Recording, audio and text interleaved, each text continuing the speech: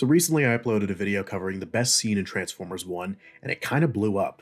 I got a ton of great comments, but one stood out to me. I'm not going to show it here out of respect for the privacy of the person who posted it, but they made an argument for why Megatron was poorly written, and the crux of their argument was that he wasn't a relatable character. No shame, of course, we had a civil disagreement that made me think of the topic a bit more, and upon reflection I've come to the conclusion, relatability does not matter. Relatability is often viewed as a fundamental aspect of good character writing. Critics and audiences alike argue that characters should reflect the lives, struggles, and mindsets of viewers to create emotional resonance. Yet, this approach fundamentally misinterprets the nature of fictional characters. Fictional characters are not, and never will be, complete representations of real-life human beings. They are crafted, selectively constructed imitations designed to serve a narrative purpose. By their nature, characters lack the depth and complexity of real people, existing not to represent universal human experiences, but to support the themes and progression of the story. A key aspect that often goes unacknowledged in discussions of relatability is that fictional characters, by their nature, are shallow imitations of real humans. They are not people with full lives with full nuances of small experiences scattered across a lifetime of existence. They are simplified, constructed, and often archetypical figures designed to support a story. They cannot and will never possess the complexities of an actual person. Consider Jake Sully in Avatar. While Jake's experiences as a paraplegic ex-Marine might be relatable to some, he's a vehicle for Avatar's thematic exploration of colonialism, environmentalism, and identity. Jake is not meant to embody the full range of the human experience. He serves as a guide for audiences to explore the world of Pandora and the tension between the human exploitation and Na'vi connection to nature.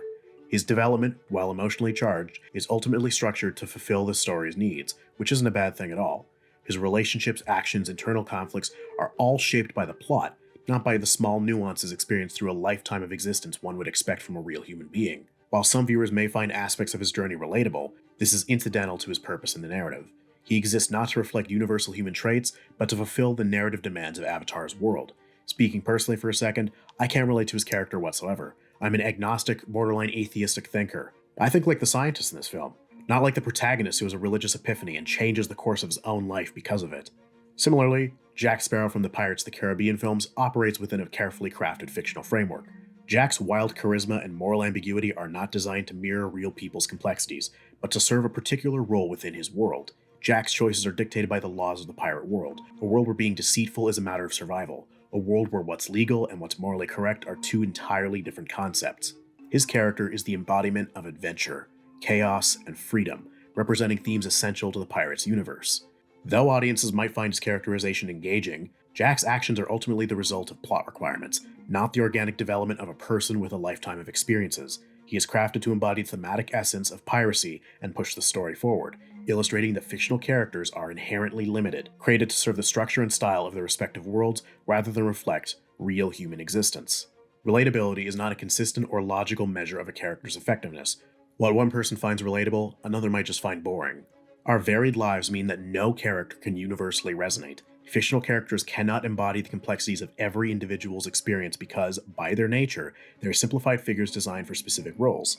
For example, while some might find Tony Stark from Iron Man relatable because of his transformation from an arrogant playboy to a responsible hero, others might find little in common with his life of wealth and genius. But what makes Tony Stark work so well is not his relatability, it's the clarity of his role within Iron Man's themes of redemption and responsibility. His character arc drives the story, showing the consequences of his own actions and the personal sacrifices he needs to make to atone for his past. The purpose of Tony Stark's character is not to provide a mirror for the audience, but to convey a specific narrative about the military-industrial complex, the morality of war, and redemption. Tony's journey from a weapons manufacturer to a superhero, aligned to the story's explanation of responsibility, but expecting this journey to resonate universally overlooks the story's intent.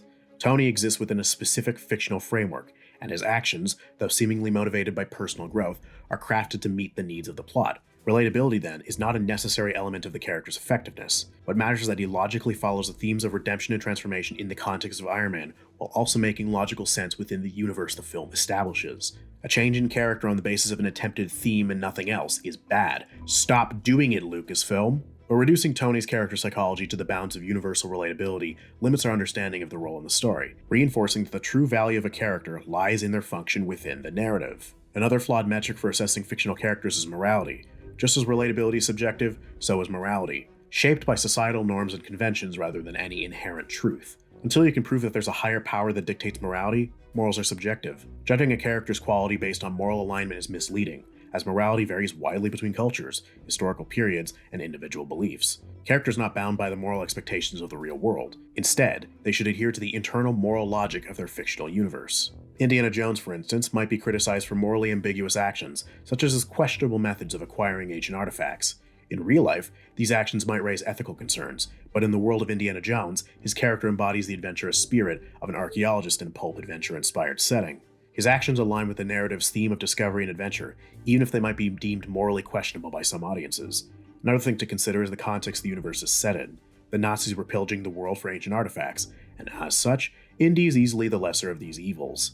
He even openly criticizes the government for taking the Ark away instead of having it properly researched. And his character arc through that film is about learning to respect history and foreign cultures, something carried forward by all of the films set after this one, not you!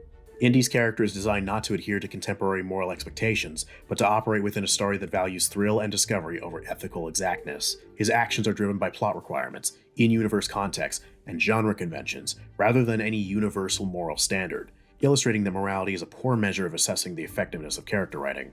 Likewise, Jack Sparrow's moral ambiguity is the center of the character's appeal.